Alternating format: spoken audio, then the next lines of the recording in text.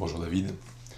Bon, tu me dis que le menu clic droit que tu actives est plus réduit sur ta version que sur la mienne. Bon, en ce qui concerne, je crois pas que ce soit une question de version, mais plutôt d'outils. Alors, si tu vas dans Fenêtre, Préférences, Extensions, et tu coches tous les outils que tu as disponibles.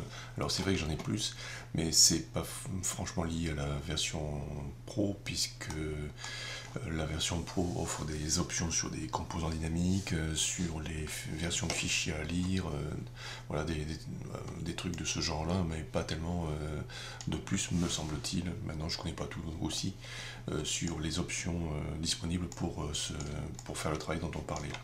Alors, si tu n'as pas la possibilité d'avoir le point central, malgré tout, ce que je crois fort peu probable, il y a d'autres méthodes en fait de travail. Je t'en parlais, mais je n'ai pas vraiment évoqué avec précision. C'est la possibilité d'utiliser un peu mieux le moteur d'inférence.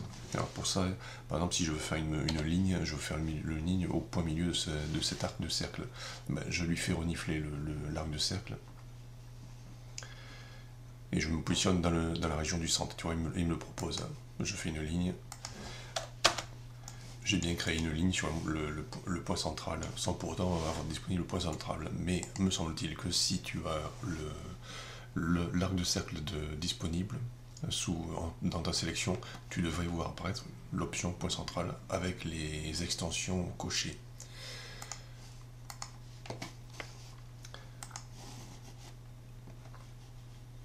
Pour rendre unique le bloc, là aussi je crois pas que ça corresponde à ça soit la problématique d'une version ou d'une autre. Quand je fais une copie d'un bloc, je fais M avec CTRL pour faire une copie, j'en fais 6 fois. Voilà.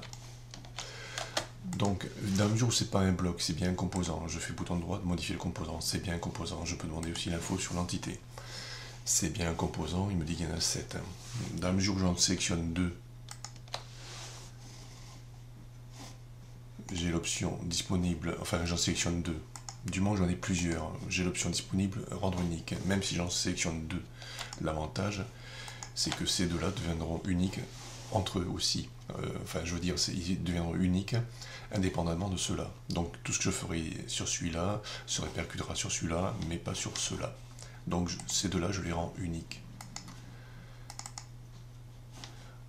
Sur celui-là, je modifie, je rends la ligne invisible, W. Alors je crois que W c'est une raccourci clavier à moi. Donc tu verras qu'ici on a la ligne qui est cachée. Je fais donc un inversé. L'inversé c'est l'outil échelle. Alors j'ai fait un raccourci clavier pour pas aller dans les menus. C'est Scale en anglais, donc S, le raccourci clavier. Je prends le raccourci clavier, je prends cette poignée ou cette poignée, ce sera la même chose.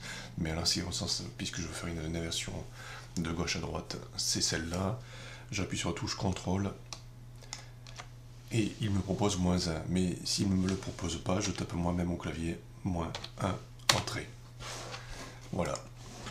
J'ai donc bien fait une échelle, avec des outils disponibles dans la version libre. Dans cela, je refais un W pour cacher les lignes. Et j'ai retrouvé la situation dont on parlait la dernière fois. Ce que je peux te conseiller, c'est en règle générale, tous tes outils de travail, les mettre sous forme de raccourci clavier. Comme ça, pour dessiner, on n'a pas besoin de beaucoup de choses, mais si on les a disponibles à la main sous le clavier, c'est toujours mieux que dans des menus. Alors pour ça, tu vas là aussi dans les préférences, hop, fenêtre préférences, tu vas dans les raccourcis et tu paramètres tes raccourcis.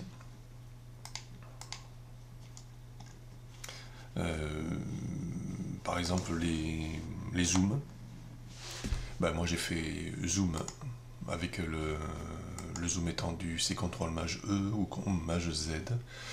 Le suivez-moi CF, tu affectes tes raccourcis clavier. Alors fais attention de ne pas affecter des raccourcis clavier qui soient déjà inclus dans le logiciel. Genre B c'est la peinture, les matériaux. Voilà. Mais bon, apprends à utiliser tes raccourcis clavier et vraiment tu seras très à l'aise avec ce genre de logiciel. Et puis tu chercheras plus tes outils pour faire ton dessin du quotidien. Pour moi, c'est la solution la plus simple pour travailler comme tu évoques.